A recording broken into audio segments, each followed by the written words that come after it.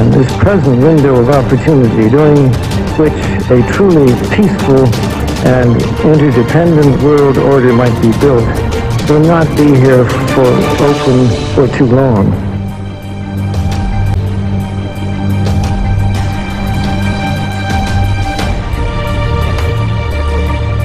We have before us the opportunity to forge for ourselves and for future generations a new world order, a world where the rule of law, not the law of the jungle, governs the conduct of nations.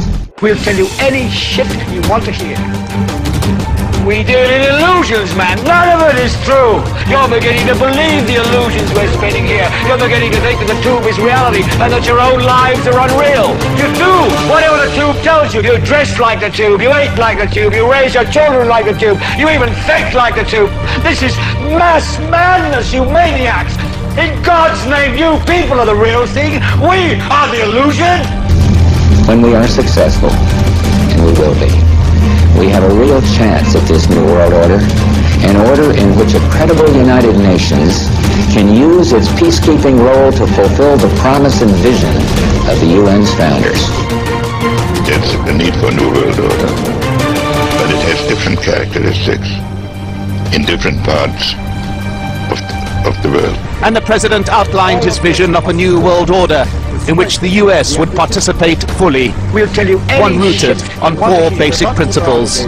Non-proliferation and disarmament. None of it is true. The promotion of peace and security. The preservation of our planet. And a global economy that advances opportunity for all people.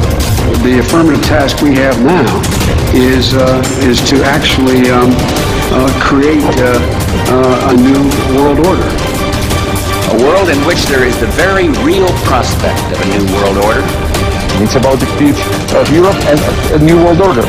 After 1989, President Bush said, and it's a phrase that I often use myself, that we needed a new world order. Your plan, you can keep your plan.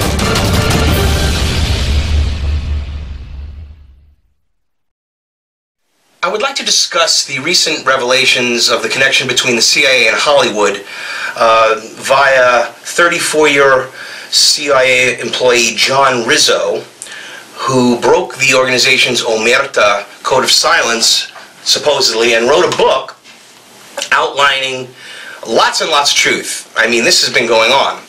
But they're scratching the surface here once again, not giving the details of the things that are below the surface, you know, like out of the frame that you can't see but is going on right now.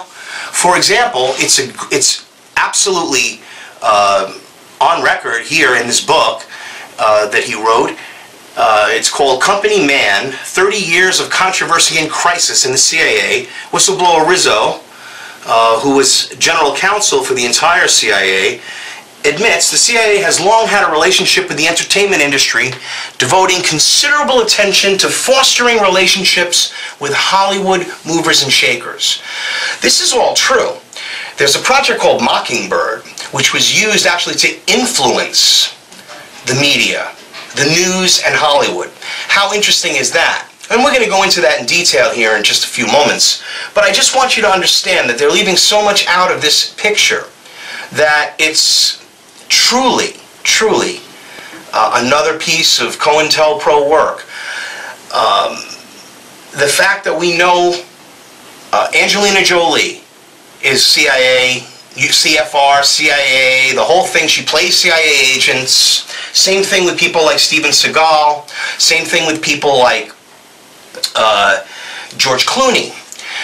There's a reason for all these movies they're in, and there's a reason the way that they're portrayed. It exactly comes through this Mockingbird program and MK Ultra also.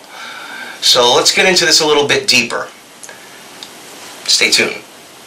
In 1948, Frank Wisner was appointed director of the Office of Special Projects, which was renamed the Office of Policy Coordination and became the Espionage Counterintelligence Branch of the CIA. Wisner was tasked to create an organization that concentrated on propaganda, economic warfare, preventive direct action, including sabotage, anti-sabotage, demolition, and evacuation measures. That same year, Wisner established Mockingbird, a program to influence the domestic American media. He recruited Philip Graham of the Washington Post to run the project within the newspaper industry.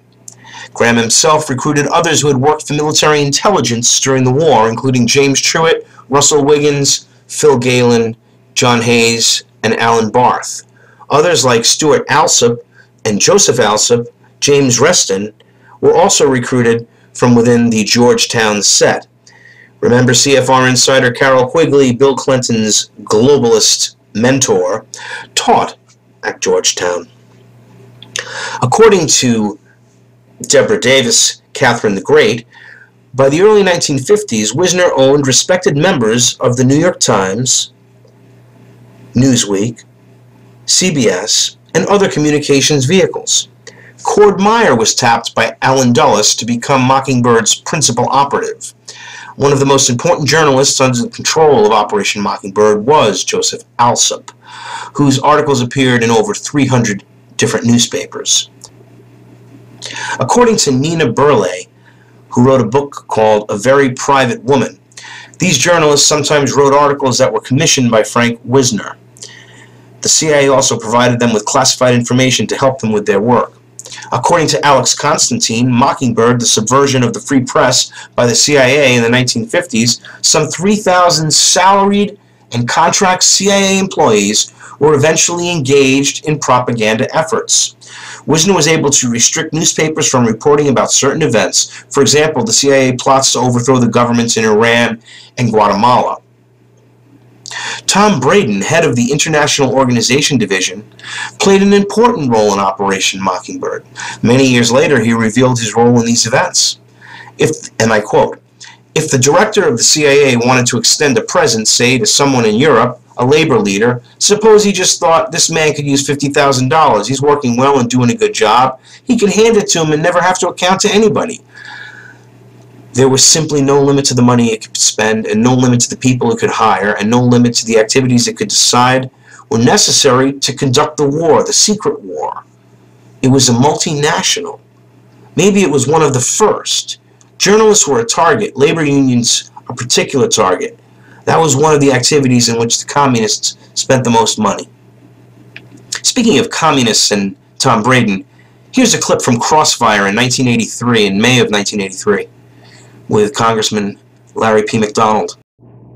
Saying that former Secretary of State Alexander Haig and CIA Director William Casey are two of these master conspirators who are plotting to establish world government. Now, what do you that kind of silly, asinine statement is what makes people laugh. That's the John Birch Society. Well, Tom, I'm sure being a long-standing member of the Rockefeller apparatus, and as a member of the Council on Foreign Relations of longstanding, you're fully aware that there is an elitist core in this country that has some value in subsidizing communism or protecting communism. It has? Sure. You're accusing me of subsidizing communism? No, I'm saying because I happen to belong to a... there is an elite core. Study group? No, wait a minute. There is an elite core in this country that has dominated American society. Well, I'm not one of them. Trilateral Commission, Council on Foreign Relations. Well, let's face it, they've dominated the State Department for 40 years, and pretty much openly. Right, but what are they trying to do? Well, their objective is to try to bring about a gradual transition in our society, a dissolving of sovereignty, and a moving steadily to the left on the political spectrum. Well, who are they? The elitist groups that I mentioned, particularly key individuals and policymakers in the Council on Foreign Relations. Is the International Monetary Fund part of it? Well, I would say the International Monetary Fund has certainly been set up for the purpose of facilitating that transfer of sovereignty and transfer of wealth on the road. Well, we elected Mr. Conservative. Let me just finish the point, because otherwise we're going to have a lot of unanswered questions. That you are looking at a group that has worked to bring about a dissolution of national sovereignty on the road to world government. And certainly you're familiar with local professor Carol Quigley, who has been part of your club, in which he admitted all this. And he said in his book, Tragedy and Hope, the only thing I disagree is that we've worked to keep it a secret. And you see Arthur Schlesinger Jr. writing way back in 1947, says, yes, this is the hidden policy of America. But we can't tell the American public because they're too unsophisticated to see the value. What is the instrumentality of world government? What is the instrumentality? All the things to say about Arthur. That's the silliest statement I ever heard. He never made anything like that. Well, let me suggest that you read the May-June issue of the Partisan Review of 1947, Tom, and you can read it for yourself. It's called... Well, that's the you said there was a conspiracy? A conspiracy to promote communism? Oh, no, he didn't use the word conspiracy. He said the objective was to bring about... Well, let me finish. I'll tell you. He said that the objective, the secret policy, which we can't tell the American public because they're not sophisticated enough to see the value, is that through a steady result of erosion of new deals, we bring the American society steadily to the left, and through a sound concept of benign containment, we merge into the vital center of the socialist left. Those are his words, not mine. Now, if you don't believe in the Constitution and limited government and free enterprise and biblical values of morality, I believe in all those, but I don't believe there's a conspiracy. He'd make a lousy candidate. Tom, you know, as a matter of fact, a member of the conspiracy, he's a member of the press. Let me ask you, Mr. Braden's used for the 47th time the term conspiracy. Now, let me ask you seriously. When you use people like Casey, who's on the Council on Foreign Relations, David Rockefeller's Trilateral Commission, what do you mean, or do you mean, is that your term, the term conspiracy? Well, there are many different levels of the problem. But yes, the term has been used, the term of conspiracy, when you have a group of people... I mean, they're actively collaborating, and at the other end of that point of collaboration are communists, and on this end of the point of collaboration is Bill Casey and trilateralists and CFO. Al Haig. You have people who are part of the elitist structure of this country that have dominated this country openly for 40 years. I know, but they're not... Is that a conspiracy? Now, wait a minute. If people quietly working together for evil objectives, two or more, that by definition is a conspiracy. You have, by their own admission, you look at The Tragedy and Hope by Professor Carol Quigley. You remember this elitist group. You say, sure, we've been working with, sure, we've been collaborating with communism. Yes, we're working for a global accommodation. Yes, we're working for world government. The only thing I object to is that we have kept it a secret. And I think we've gone so far along, we should come out and say, I bet you $1.50 that Bill Casey doesn't know who Professor Quigley is. I don't.